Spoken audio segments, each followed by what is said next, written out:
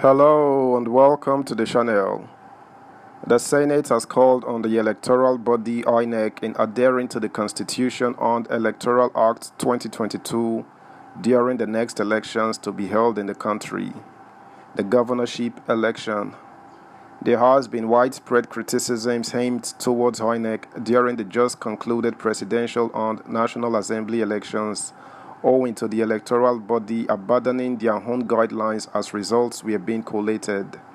This has necessitated for calls by the Senate through its president Ahmad Lawan to implore INEC to ensure that such issues does not arise in a few days when Nigerians will come out again to vote for state governors.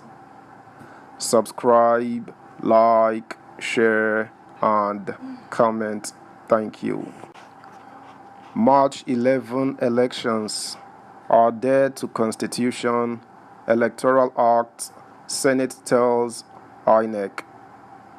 Ahead of the March 11, 2023 governorship and state houses of assembly elections, the Senate yesterday asked the Independent National Electoral Commission INEC to adhere strictly to the 1999 Constitution as amended and the Electoral Act 2022 in the conduct of the poll. Speaking yesterday in Abuja before the Senate adjourned till March 14, the President of the Senate, Senator Ahmad Lawan, urged the electoral umpire to consider all issues raised by the public during the just concluded presidential and National Assembly elections in order to have smooth conduct of the elections. The adjournment was to enable senators to participate in the campaigns and elections. Lawan said, "I think INEC should consider looking into issues raised by the public. INEC should be strictly guided by the Constitution and the Electoral Act and their guidelines and regulations. Nigerians should support INEC in whatever way they can, so it can conduct the governorship and state assembly elections successfully. This is because that is what we all expect, and that is what we need as a democracy. We will be out of this place for the next 2 weeks and come back and continue our legislative functions. I thank every senator for doing everything possible to make this 9th Senate a success. We have finished this legislative week. The idea of reconvening immediately after the presidential and National Assembly elections was to ensure that we are abreast with the whole situation. Both what happened during the election and is happening now. This is so that we remain part of the solution where necessary, and we have achieved that. And we have also, in the process, done other legislative work. We have to adjourn for all of us to participate in the campaigns and elections of the governors and state assembly members." Lawan, who noted that seven senators were contesting in the governorship election, listed them to include Deputy Senate President Ovie Omo Agege, running for the governorship of Delta under the platform of the All Progressives Congress APC, Senator Aishatu Binani, APC Adamawa, Senator Aliru Jikar, NNPP Bauchi, and Senator Sandy Ono, PDP Cross River. Others are Senator Uba Sani, APC Kaduna, Senator Emmanuel Bwacha, APC Taraba, and Senator Teslim Folarin, APC Oyo. We wish all of their success, and Nigeria will be making history. This Senate will be making history. Senator Binani will make history if elected to be the first Nigerian female governor. We wish all our colleagues contesting and those of us who are not running should all go and participate in the processes, because we will be able to observe firsthand some of the issues that may arise. During the presidential and National Assembly election, on a general note, everything went on fine, but still we have 1 or 2 complaints coming from the public," Lawan said. Subscribe, like, share, comment, and please turn the notification bell on. Thank you.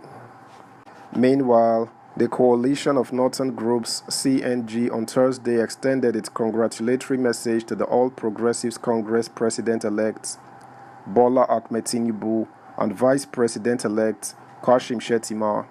The group also described a letter written by a former president of Nigeria, Chief Olusegun Obasanjo, as satanic. Reading an already prepared speech on behalf of the CNG in Abuja, the spokesperson of the group, Abdul Aziz Suleiman, urged Tinubu to keep to his promises and address the security and economic challenges bedeviling the country. He said, specifically, we congratulate the newly elected president and remind him that Nigerian voters trusted him to lead them in the hope for a leadership that will make them more secure and provide their children with a productive future. We therefore urge him to be magnanimous in victory by carrying everybody along, irrespective of tribe, religion, region, or political affiliation, and to operate an open, all-inclusive government. We appreciate the incoming president's humility and maturity displayed in his acceptance speech. We appreciate the incoming president's humility and maturity displayed in his acceptance speech. We urge him to keep to his promise of being just to all sections of the country in terms of the spread of federal projects and to be prudent in assembling the team that will assist him in the task of seeing Nigeria through and out of its current limitations around security and the economy, and of leading our nation into a future in which we will live secure lives and pursue livelihoods in a united, strong, prosperous Nigeria whose resources will be protected by leaders. Reacting to Obasanjo's letter, CNG said, we also appreciate the manner Nigerians resisted the temptation in the satanic letter of Obasanjo intended to incite them to violence and anarchy and instead chose to offer a verdict for peace and harmony. To condemn with all our might the undue invention of Obasanjo that potentially incites public disorder and aims to set the country up in flames for the sake of his personal political interest in one candidate. Obasanjo should note that he has long stripped himself of any claim to statesmanship and patriotism and has turned into a potent agent of destabilization. We hold that with this latest action, Obasanjo has finally barred himself of any remaining streak of integrity, and the authorities should take steps to strip him of all national honors, including the GCON. The group further called on the judiciary to be fair in dealing with electoral disputes that will come before them for adjudication. CNG added that it observed some manipulation of votes in the southeast, saying that they would react appropriately in subsequent elections. The group said, one of the lessons is that while the North, in its usual accommodating spirit and democratic tolerance, was able to play decent politics that allowed all candidates of the four major parties to secure substantial and, in some cases, majority votes across northern Nigerian states, the situation was drastically different in particularly the southeast, where votes were manipulated and confined solely for their son. That's the news, guys. Thanks for listening. Until next time, bye.